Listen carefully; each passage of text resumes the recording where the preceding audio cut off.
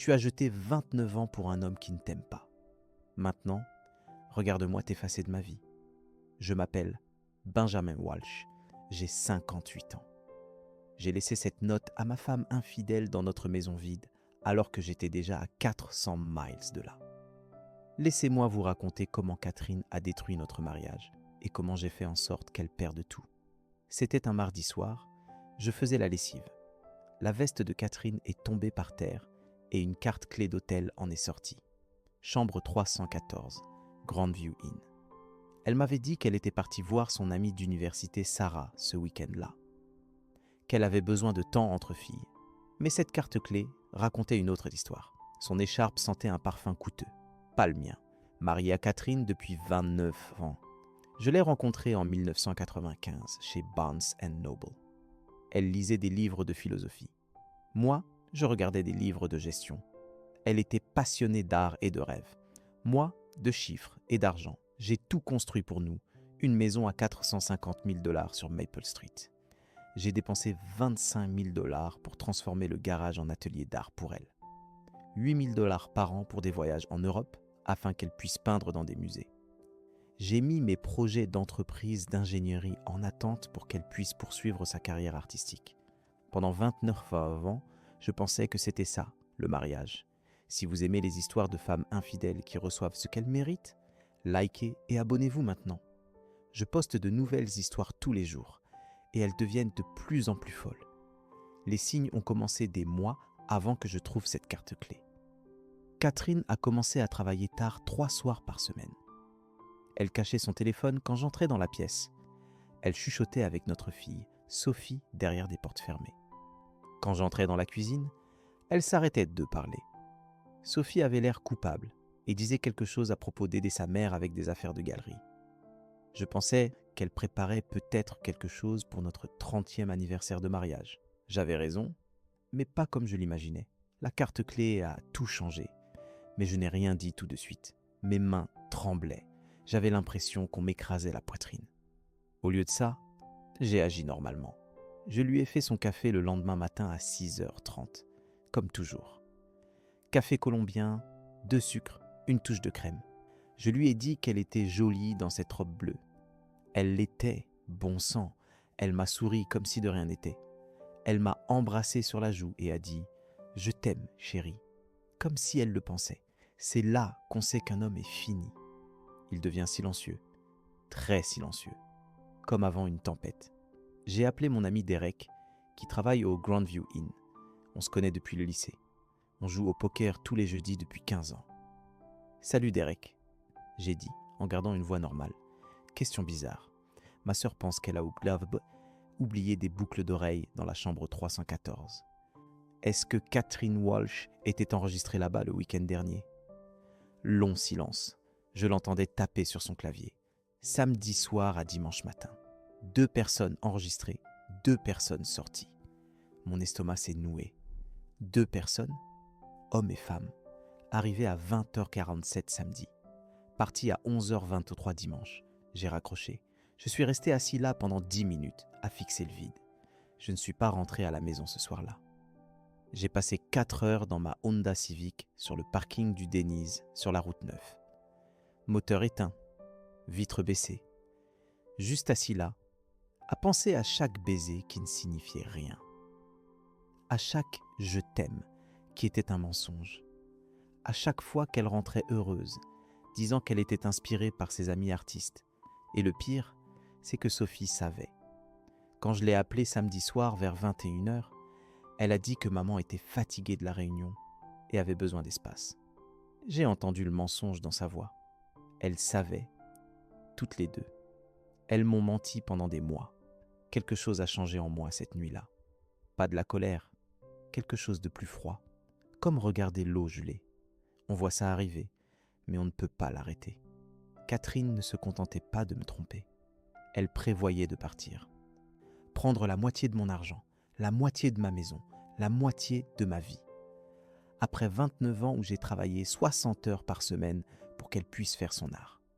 Après que j'ai payé ses fournitures, son atelier, ses expositions qui n'ont jamais rien rapporté. Je n'allais pas laisser ça arriver. Je ne lui ai pas crié dessus.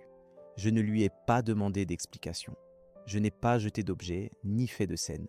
Les disputes donnent une forme de closure. Catherine ne méritait pas de closure. À la place, je l'ai observée. Je l'ai étudiée comme un problème de travail. Quand elle partait pour son club de lecture le mardi soir, je la suivais.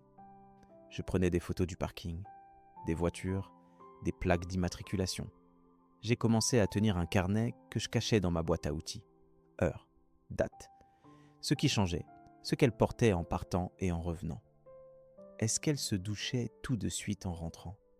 Était-elle différente ? Plus heureuse ? Coupable ? Mardi 3 octobre. Partie à 19h15 en robe noire. Revenue à 22h45. Même robe, mes cheveux en désordre. Douchée tout de suite. Jeudi 5 octobre. A dit qu'elle travaillait tard à la galerie. J'ai appelé son bureau à 20h. Le répondeur disait qu'il fermait à 18h. Samedi 7 octobre. A dit qu'elle était au club de lecture chez Jeannette. Jeannette a appelé à la maison à 16h pour demander si Catherine voulait rejoindre le club le mois prochain. Catherine n'était pas là pour prendre l'appel. Elle pensait que j'étais juste occupé par le travail, que mon silence signifiait que je ne remarquais rien. Mais je construisais un dossier. Chaque mensonge, chaque histoire qui ne collait pas, chaque preuve. Le grand moment est arrivé quand j'ai trouvé le deuxième téléphone, caché dans son tiroir à maquillage, sous du vieux rouge à lèvres et des trucs cassés. Un Samsung bon marché, 30$ chez Walmart, sans mot de passe. C'était son erreur. Les messages entre elle et un certain Daniel m'ont donné la nausée. Daniel Cross. Je l'ai cherché en ligne. 42 ans. Photographe divorcé, vit en centre-ville. Pas d'enfant, juste des photos de gym et des clichés artistiques en noir et blanc sur son Instagram. Daniel, hier soir était incroyable. Je sens encore ton parfum sur ma chemise. Catherine, je n'arrête pas de penser à tes mains. Quand est-ce que je peux te revoir ? Daniel, vendredi à la cabane ? Je ramène du vin. Catherine, je dirai à Ben que j'aide Sophie avec les préparatifs du mariage. La photo torse nu qu'il avait envoyée datait de 3 jours. 10 octobre. Le même soir où elle disait aider Sophie avec les faire-part jusqu'à 23h. J'ai appelé Sophie. Comment s'est passée la préparation des faire-part hier soir ? Long silence. Quelle préparation ? Maman a dit qu'elle t'aidait avec les faire-part. Un autre silence. On a fini tôt, vers 20h. Encore un mensonge. Elle ne prenait même plus la peine d'aligner leurs histoires. Mais voilà ce que Catherine et Daniel ne savaient pas. Je n'étais pas juste un mari brisé qui disparaîtrait sans bruit. Je suis ingénieur. J'ai passé 30 ans à résoudre des problèmes complexes et ils venaient de devenir mon plus gros problème à régler. Alors j'ai commencé mon propre plan. Samedi matin, au petit déjeuner, j'ai dit à Catherine que je pensais prendre ma retraite anticipée. Peut-être vendre mon entreprise de conseil à mon partenaire Rick pour 400 000$. Ses yeux se sont illuminés comme un matin de Noël. Elle a posé sa tasse de café et m'a fixé. « Vraiment ? Tu voudrais prendre ta retraite à 58 ans ? Pourquoi pas ? La maison est payée. Ta carrière artistique va bien. On pourrait voyager plus. Peut-être acheter cette cabane dans le Vermont dont tu as toujours rêvé. » Elle m'a serré fort, plus fort qu'elle ne l'avait fait depuis des années. La première vraie émotion que je voyais chez elle depuis des mois. J'ai presque ri. Elle pensait qu'elle allait récupérer 200 000$ quand je vendrais l'entreprise. Plus la moitié de la valeur de la maison. Encore 225 000$. Plus la moitié de mon plan d'épargne retraite. 90 000$. Plus une pension alimentaire à vie, puisqu'elle n'avait pas eu de vrai travail depuis 15 ans. Elle avait tout calculé. Elle avait probablement déjà dépensé l'argent dans sa tête. Pas question. Lundi matin, j'ai appelé mon avocat, Mark Stevens. On est allés à l'université ensemble. Je lui ai tout raconté. Je lui ai montré les photos de Derek, les messages du téléphone, les mensonges sur ses allées et venues. Avec ces preuves, a dit Mark, elle n'aura rien. L'adultère annule toute prétention à une pension alimentaire dans cet état. Les biens, c'est plus compliqué, mais comme la maison et l'entreprise sont à ton nom et que tu peux prouver qu'elle prévoyait de partir, elle repartira pratiquement les mains vides. Ça m'a fait sourire pour la première fois depuis des semaines. J'ai emmené Sophie déjeuner chez Applebee's le mercredi. On a commandé la même chose que quand elle était petite. des tenders de poulet pour elle, un burger pour moi. J'ai observé son visage quand j'ai parlé de sa mère. Maman a l'air heureuse en ce moment, j'ai dit en mangeant une frite. Ouais, a-t-elle répondu, sans lever les yeux de son téléphone. Elle travaille sur de nouveaux projets artistiques. C'est drôle. Je pensais qu'elle avait fini sa série de paysages il y a 3 mois. C'est quoi, le nouveau projet? Sophie a blanchi. Elle a posé son téléphone, a commencé à déchirer sa serviette en petits morceaux. Des trucs expérimentaux. Peut-être de la photographie. De la photographie? Depuis quand maman fait de la photographie? Je me suis penché en avant. J'ai baissé la voix. Tu me mens, Sophie. Silence. Ses mains se sont arrêtées. Puis, à peine audible. Papa, depuis combien de temps tu sais? 2 semaines. Est-ce que tu les as aidés à planifier leur rencontre? Je ne les ai pas aidés à se rencontrer. Je le jure. Juste, quand elle m'a demandé de la couvrir, je l'ai fait. Elle disait qu'elle se sentait invisible dans son mariage. Comme si tu ne la voyais plus. Comme si vous étiez juste des colocataires. Ça m'a fait plus mal que l'infidélité. Ma propre fille, celle à qui j'ai appris à faire du vélo, que j'ai emmenée à l'entraînement de foot 200 fois, pour qui j'ai payé 40 000 $ pour ses études à l'université, que j'ai accompagnée à l'hôtel il y a 6 mois, et elle a aidé à détruire notre famille. J'ai tout construit pour toi aussi, j'ai dit, cette maison, pour que tu aies ta propre chambre et salle de bain, ton argent pour l'université, pour que tu n'aies pas de prêt étudiant, l'atelier d'art de maman, pour qu'elle puisse suivre ses rêves. C'est ce que je reçois en retour? Je suis désolé, papa, vraiment. Non, tu ne l'es pas. Tu es désolé d'être coincé au milieu. Tu es désolé que ce soit gênant maintenant. Mais tu n'es pas désolé de m'avoir menti pendant des mois. J'ai jeté 25 $ sur la table et je me suis levé. Ne viens pas à la maison pendant un moment. J'ai besoin d'espace pour réfléchir. Papa, s'il te plaît, rentre chez ton mari, Sophie. Essaie d'être le genre de femme que tu as vu ta mère devenir. Vois comment ça marche pour toi. Mais je n'avais pas fini de construire mon dossier. Loin de là. De retour à la maison, je me suis mis au travail. Le vrai travail. J'ai revu Marc. Je lui ai donné des copies de tout. Les registres de l'hôtel que Derek m'a fournis, les captures d'écran des messages, les photos de Catherine et Daniel que j'avais commencé à prendre avec un téléobjectif. J'ai retiré 50 000 $ d'actions que Catherine ne connaissait pas, des investissements d'avant notre mariage. J'ai transféré l'argent sur un nouveau compte dans une autre banque. J'ai modifié notre compte joint pour que nous devions tous les deux signer pour tout retrait supérieur à 500 $. J'ai mis à jour l'acte de propriété de la maison pour inclure une clause sur l'infidélité, annulant les droits de propriété. Mais je n'avais pas fini. Marc m'a recommandé un détective privé. Robert Sterling, 25 ans d'expérience, ancien flic. Ça m'a coûté 200 $ par jour, plus les frais. J'ai besoin de tout, je lui ai dit. Photos, vidéos, relevés financiers, vérification des antécédents, tout. Sterling valait chaque centime. En 1 semaine, il avait cartographié toute la vie de Daniel.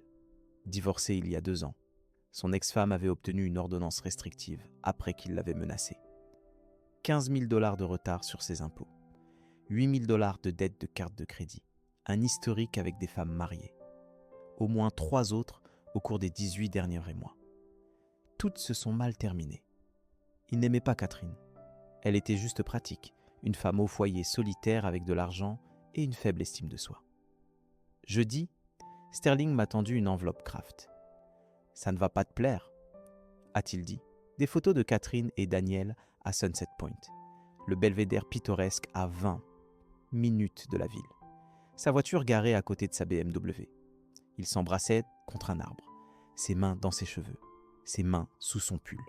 Tous les deux riaient comme des adolescents. Horodatage, 14h47, 18 octobre. Le même jour où elle m'a dit qu'elle faisait des courses et des commissions. J'ai fixé cette photo pendant 20 minutes. Puis, j'ai dit à voix haute dans ma cuisine vide, « Profite bien tant que ça dure. » Parce que son petit fantasme allait bientôt devenir un enfer. Mais ce que j'ai découvert sur Daniel a empiré les choses. Sterling a creusé profondément dans son passé. Ce type était un prédateur, charmeur professionnel. L'ordonnance restrictive de son ex-femme mentionnait une manipulation émotionnelle et des abus financiers. Il l'avait convaincu de contracter un prêt de 20 000 $ pour son équipement de photographie. Il avait disparu avec l'argent et l'équipement 3 mois plus tard. Il l'avait déjà fait avant. Sarah Martinez, femme mariée de 45 ans, avait eu une liaison avec Daniel pendant 4 mois. Il l'avait convaincue de quitter son mari. Elle avait demandé le divorce, perdu la moitié de ses biens. Daniel l'avait larguée 2 semaines après que son divorce était finalisé. Jennifer Walsh. Aucun lien de parenté, juste le même nom de famille. Mariée depuis 20 ans, 2 enfants. Daniel l'avait séduite lors d'un atelier de photographie. Elle avait quitté sa famille pour lui. Il l'avait menée en bateau pendant 6 mois, puis avait disparu quand elle n'avait plus d'argent à dépenser pour lui. Catherine était juste la dernière victime. Elle était tombée amoureuse comme une adolescente naïve. Mais ce n'était pas le lycée. C'était la vraie vie, avec de vraies conséquences. Et j'allais leur apprendre exactement à quoi ressemblaient ces conséquences. Catherine a su que quelque chose n'allait pas dès qu'elle a franchi la porte d'entrée. C'était vendredi soir, 23h47, l'heure habituelle où elle rentrait de ses réunions de comité de galerie. Mais la maison était différente, vide. Ses talons claquaient sur le parquet nu. J'avais enlevé tous les tapis ce matin-là. Tout le mobilier était parti. Pas de canapé, pas de table basse, pas d'étagère, pas de photos de famille sur les murs, pas de photos de mariage sur la cheminée. Elle a appelé mon nom. Benjamin ? Benjamin ? Sa voix résonnait dans les pièces vides. Rien. Elle a parcouru chaque pièce. Le salon ? Vide. La salle à manger ? Vide. J'avais même pris le lustre. La cuisine n'avait plus que la cuisinière et le réfrigérateur. Je ne pouvais pas les prendre. Ils étaient encastrés. Puis, elle l'a vu. Une enveloppe blanche sur le comptoir de la cuisine, là où se trouvait autrefois le micro-ondes. Son nom écrit de mon écriture. La même écriture que celle des lettres d'amour que je lui écrivais à l'université. À l'intérieur, tu as jeté 29 ans pour un homme qui ne t'aime pas. Maintenant, regarde-moi t'effacer de ma vie. J'étais déjà à 400 miles de là. Motel 6 à Richmond, Virginie. Chambre 112. 40 $ la nuit. J'avais un téléphone jetable, 15 000 $ en liquide et une clé USB avec tout ce que Sterling avait trouvé, enregistré sous le nom de Robert Hayes, payé 1 semaine à l'avance. Mais retirer les meubles n'était que la première étape de mon plan. La deuxième allait la détruire complètement. Premier coup, les papiers de divorce. Marc les a déposés lundi matin à 9h précise. Adultère avec preuve photographique, fraude financière, pas de règlement, pas de pension alimentaire. Catherine repartirait avec les vêtements qu'elle portait et ce qu'il y avait sur son compte courant personnel. Environ 20 400 $. Deuxième coup, sa carrière artistique. La Meridian Gallery, où elle exposait ses peintures depuis 8 mois, a reçu un colis anonyme le mardi. Des images de la vidéosurveillance de l'hôtel fournie par Derek. Des captures d'écran de ses textos romantiques avec Daniel. Des photos de Sterling. Une note polie. Est-ce le genre d'artiste que vous voulez représenter dans votre galerie ? Ils l'ont appelé à 15h15. Ils lui ont dit qu'il restructurait et ne continuerait pas avec son travail. Traduction : dégage. Troisième coup, social. J'ai envoyé des copies de tout à ses amis du groupe d'art, aux dames du vin et peinture du mercredi, à son club de lecture, à son cours de yoga. Les nouvelles se répandent vite dans notre quartier de banlieue. Jeudi, 3 voisins différents m'avaient appelé pour demander si Catherine et moi avions des problèmes. Mais Catherine ne m'a pas trompé seule. Sophie l'a aidée. A menti pour elle. M'a fait passer pour un idiot. Alors Sophie devait payer aussi. Son mari Michael était un bon gars. Je l'ai rencontré il y a 3 ans quand ils ont commencé à sortir ensemble. Comptable, conservateur, va à l'église tous les dimanches. Aime Sophie complètement. La traite comme une princesse. N'avait aucune idée que sa femme avait aidé sa mère à tromper. Je l'ai retrouvé à Starbucks mercredi matin. J'ai commandé 2 cafés noirs. On s'est assis dans le box du coin où personne ne pouvait nous entendre. J'ai besoin de te montrer quelque chose. J'ai dit en glissant la clé USB sur la table. Regarde ça tout seul. Ensuite, demande à Sophie depuis combien de temps elle aide sa mère à détruire notre famille. Il a pris la clé comme si elle allait exploser. C'est quoi ça ? Des preuves. Ta femme nous a menti à tous les deux.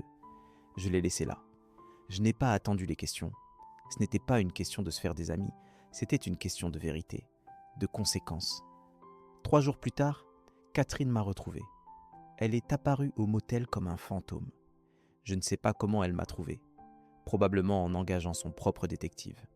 Elle avait l'air horrible. Elle avait perdu peut-être 15 livres.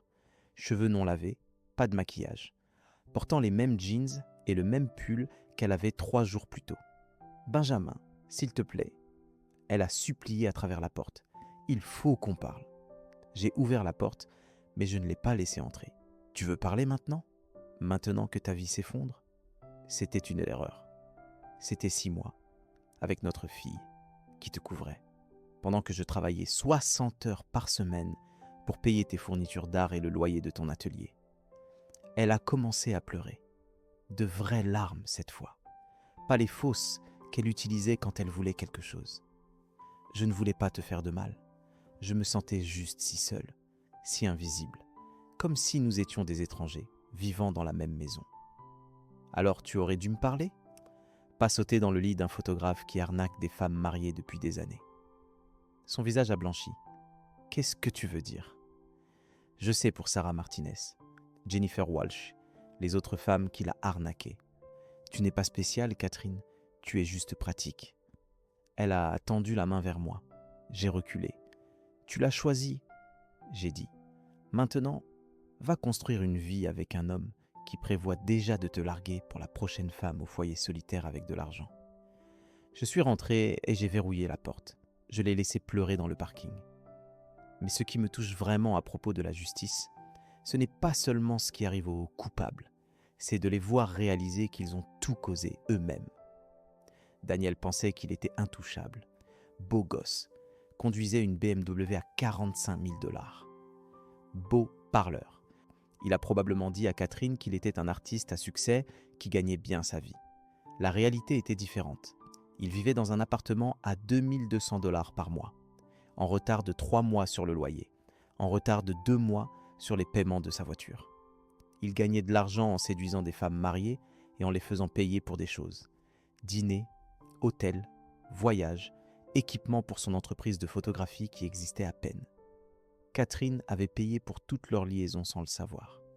À chaque fois qu'il sortait, elle payait. « Je prends celui-là, chérie. Tu prendras le suivant. » Il n'y avait jamais de suivant. Son erreur a été de penser que j'étais juste un mari brisé qui disparaîtrait sans bruit, qu'il pouvait détruire ma famille et passer à la suivante sans conséquence. J'ai passé 2 semaines à apprendre son emploi du temps. Les mardis soirs, salle de sport 24 heures sur Oak Street. De 21h à 22h30 toutes les semaines, comme une horloge. Toujours la même place de parking dans le fond du lot, sous un lampadaire cassé. 15 novembre, 20h45. Daniel est sorti de la salle de sport pile à l'heure. Serviette autour du cou, écouteurs dans les oreilles, regardant son téléphone, probablement sur des applications de rencontres, se dirigeant vers sa BMW dans le coin du parking. C'est là que j'ai agi. J'étais dans une voiture de location depuis 45 minutes. Plaque d'immatriculation volée que j'avais échangée 2 heures plus tôt. Cagoule, gants en cuir, barre à démonter de ma boîte à outils. Je me suis approché derrière lui en silence. Il ne m'a entendu qu'à la dernière seconde. Barre à démonter sur son genou gauche en premier. J'ai entendu l'os craquer comme une branche. Il est tombé en criant, son téléphone volant à travers le parking. Puis ses côtes. 3 coups rapides pendant qu'il était au sol. J'ai senti au moins 2 d'entre elles se casser. Puis sa mâchoire alors qu'il essayait de ramper. Du sang partout, sur le parking, sur ses vêtements de sport. Il a essayé de dire quelque chose, probablement en suppliant. Je ne comprenais pas à travers le sang et les dents cassées. « Tu as détruit ma famille », j'ai dit, essoufflé. « Tu pensais que j'allais juste disparaître, que ça n'aurait pas de conséquences. Voilà ce qui arrive quand tu touches ce qui ne t'appartient pas. » Un dernier coup à l'épaule pour faire bonne mesure. J'ai entendu ce craquement aussi. Puis j'étais parti. J'ai jeté la barre à démonter dans une benne à ordures à 5 miles de là. J'ai conduit la voiture de location jusqu'au parking longue durée de l'aéroport. J'ai pris un taxi pour retourner à ma vraie voiture. J'étais chez moi à regarder la télé à minuit. J'ai laissé son téléphone vibrer avec le nom de Catherine à l'écran. Qu'elle découvre ce qui s'est passé quand les appels de l'ambulance arriveraient. L'attaque de Daniel a fait la une des informations locales pendant 3 jours. Photographe local, brutalement agressé devant une salle de sport. La police n'avait aucun suspect, aucun témoin. Les caméras de surveillance de cette partie du parking étaient là cassées depuis 6 mois. Ces blessures s'avèrent pire que ce que j'avais prévu. Genoux brisés nécessitant 2 opérations, 3 côtes cassées. Mâchoire fracturée, fermée par des fils pendant 10 semaines, épaules disloquées. La chirurgie plastique sur son visage n'a pas tout réparé. Il aura toujours une cicatrice sur la joue gauche. Il boitera toujours. Il a arrêté de prendre des photos. Arrêté d'aller dans des clubs de jazz. Il est retourné vivre chez ses parents dans l'Ohio 3 mois plus tard. Au cours des 6 mois suivants, j'ai regardé le monde de Catherine s'effondrer au ralenti. Elle a perdu son exposition à la galerie, perdu ses amis du groupe d'art, perdu son club de lecture, quand les autres femmes ont décidé qu'elle causait trop de drames. Le mariage de Sophie s'est terminé quand Michael l'a confrontée avec la vérité sur son aide à sa mère pour tromper. Il a demandé le divorce 2 semaines avant leur premier anniversaire. Elle a perdu les 12 000 $ qu'ils avaient dépensés pour le mariage. Catherine a essayé de retrouver Daniel après l'attaque. Elle a appelé son téléphone pendant des semaines. S'est rendue à son immeuble. Le propriétaire lui a dit qu'il avait déménagé en pleine nuit. Sans laisser d'adresse, elle a emménagé dans un petit appartement près des voies ferrées. 600 $ par mois. Elle a essayé de continuer à peindre, mais ne vendait rien. Son inspiration était partie. Elle a commencé à travailler à temps partiel dans un magasin d'artisanat pour 11 $ de l'heure. Son premier vrai travail en 15 ans. Elle m'a appelé tous les mois pendant la première année. Laissait des messages vocaux qui passaient de la colère à la désespérance. Envoyait des emails que je n'ouvrais jamais. Essayait d'envoyer des lettres à mon motel. J'avais déjà déménagé. Pendant ce temps, j'ai trouvé la paix dans une petite ville côtière du Maine. Population 3200. Nouvelle identité. William Hayes. Ça m'a coûté 5 000 $ pour de bons faux documents. Certificat de naissance, carte de sécurité sociale, permis de conduire, passeport. J'ai acheté un cottage en liquide. 85 000 $. Au bord de l'eau, 2 chambres, une salle de bain, cheminée. Parfait pour une personne qui veut être laissée tranquille. J'ai laissé pousser ma barbe. Mes cheveux ont grisonné. J'ai perdu 30 livres. J'ai commencé à porter des chemises en flanelle et des bottes de travail au lieu de costumes. J'ai appris le travail du bois sur YouTube. J'ai fabriqué des armoires et des bibliothèques que je vendais au marché fermier le samedi. Ça suffisait pour vivre. 400 à 500 $ par semaine. Parfois, je m'asseyais au bord de l'océan avec une bière et j'essayais de me souvenir du rire de Catherine. Avant qu'il ne devienne faux. Avant qu'il ne soit pour quelqu'un d'autre. 3 ans après ma disparition, quelqu'un a frappé à ma porte un mardi soir d'octobre. Le même mois où j'avais trouvé la carte clé de l'hôtel. Je savais qui c'était avant d'ouvrir. Catherine, plus vieille maintenant. 50 ans, mais elle en paraissait 60. Plus maigre que je ne l'avais jamais vue. Cheveux gris qu'elle ne se donnait plus la peine de teindre. Vêtements bon marché de Walmart au lieu des trucs de boutique qu'elle achetait avant. « Je t'ai trouvé », a-t-elle chuchoté. « Tu n'étais pas censé ?» J'ai répondu, sans ouvrir la porte moustiquaire. « Je sais, j'ai engagé quelqu'un. Ça m'a coûté 2 000 $ que je n'avais pas, mais je devais te voir une dernière fois. » On est resté là, silencieux. Les vagues s'écrasaient sur les rochers derrière elle. Les mouettes criaient au-dessus de nos têtes. « J'ai tout perdu », a-t-elle dit. « Je sais que tu t'en fiches maintenant, mais c'est vrai. Ma carrière, mes amis. » Sophie me parle à peine. Michael l'a quitté après que tu lui as montré ce que j'ai fait. Daniel a disparu après qu'on l'a attaqué. Il n'est plus le même. Une lésion cérébrale à cause des coups. Il peut à peine parler. Je me suis appuyé contre l'encadrement de la porte. Je ne l'ai pas invité à entrer. Tu as fait 800 miles pour me dire que t'es brisé. Je le savais déjà il y a 3 ans. Non, a-t-elle dit, essuyant ses yeux avec un mouchoir. Je suis venu dire que je suis désolé. Pas parce que je pense que ça répare quoi que ce soit. Parce que je devais que tu saches que ce n'était pas à cause de lui. C'était à cause de moi. qui me sentais invisible dans ma propre vie. Comme si je ne comptais pas. J'ai hoché la tête lentement. Alors tu aurais dû me parler. Aller en thérapie de couple. Trouver un moyen de réparer notre mariage. Pas le détruire. Elle a baissé les yeux sur ses pieds. Je le sais maintenant. Long silence. Le vent soufflait à travers les pins. Quelque part, un chien aboyait. « Est-ce que tu nous regrettes parfois ?» a-t-elle demandé. « Ce qu'on avait avant que tu le jettes. » Sa voix s'est brisée complètement. Chaque jour, chaque heure, je rêve de toi, de notre maison, des dimanches matins où on lisait le journal au lit, de comment tu m'apportais du café dans l'atelier quand je payais. Bien, j'ai dit. Alors tu comprends ce que tu as détruit. Et toi, tu le comprends ? Est-ce que tu le regrettes aussi ? Je l'ai regardée longtemps. Cette femme que j'avais aimée pendant 29 ans, avec qui j'avais construit une vie, avec qui je prévoyais de vieillir. Je regrette celle que tu étais avant, j'ai dit enfin, avant que tu deviennes quelqu'un capable de me mentir en face pendant 6 mois. Encore un silence. Sophie a eu un bébé, a-t-elle dit. Elle est magnifique, des cheveux roux comme les miens avant. Elle demande parfois après son grand-père. Ça m'a frappé plus fort que prévu. Ne fais pas ça. Je ne te demande pas de revenir. Je sais que c'est impossible. Je pensais juste que tu devais savoir. J'ai senti quelque chose se briser dans ma poitrine. Tu n'as pas le droit d'utiliser ma petite fille pour me manipuler. Tu as perdu ce droit. Elle a hoché la tête. Elle pleurait plus fort. Je sais, je suis désolé. Désolé pour tout. Puis j'ai posé la question qui me trottait dans la tête depuis 3 ans.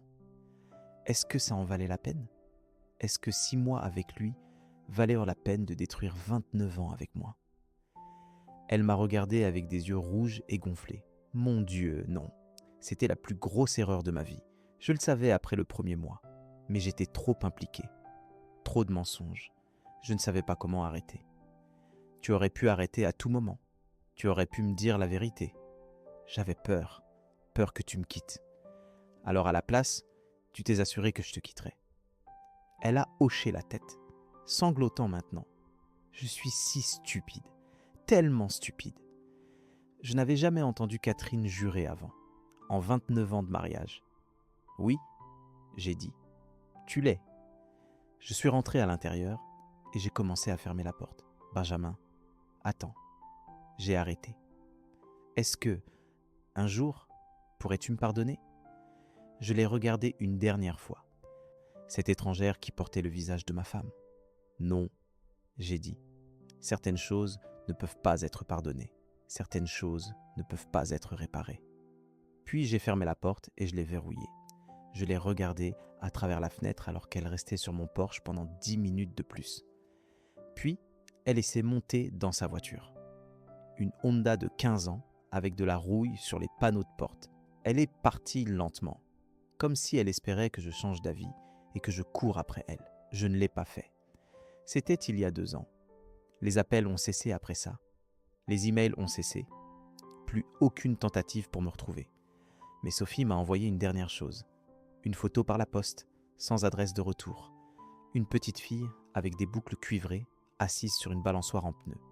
De grands yeux verts comme les miens, tenant un cheval en bois que j'aurais probablement fabriqué pour elle si les choses avaient été différentes.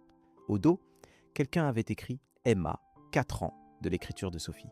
J'ai regardé cette photo pendant 1 heure, puis je l'ai rangée dans le tiroir de mon bureau. Pas parce que j'étais prêt à pardonner, pas parce que je voulais un contact, mais parce que cette petite fille n'avait rien fait de mal. Elle était innocente dans tout ça. Peut-être qu'un jour, quand elle sera plus grande, je la contacterai. Je lui enverrai une carte d'anniversaire, un cadeau de Noël. Peut-être pas. Mais je sais une chose, je ne suis plus l'homme qui a été trompé.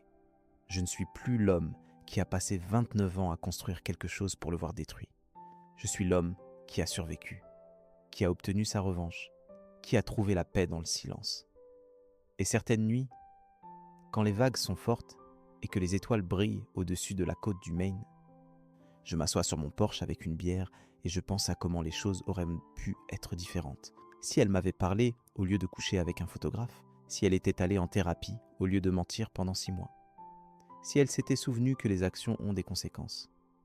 Mais la plupart du temps, je n'y pense plus. La plupart du temps, j'écoute juste les vagues, je travaille sur mes meubles et je vis la vie tranquille que j'ai construite sur les cendres de l'ancienne. Certaines personnes ont une seconde chance, certaines personnes obtiennent le pardon. Catherine Walsh n'en fait pas partie. Si vous avez aimé cette histoire sur l'infidélité et les conséquences, likez cette vidéo et laissez un commentaire pour me dire ce que vous en pensez. Si vous n'êtes pas encore abonné, cliquez sur le bouton d'abonnement et la cloche de notification pour être alerté des nouvelles histoires comme celle-ci. Merci d'avoir écouté et à bientôt pour la prochaine.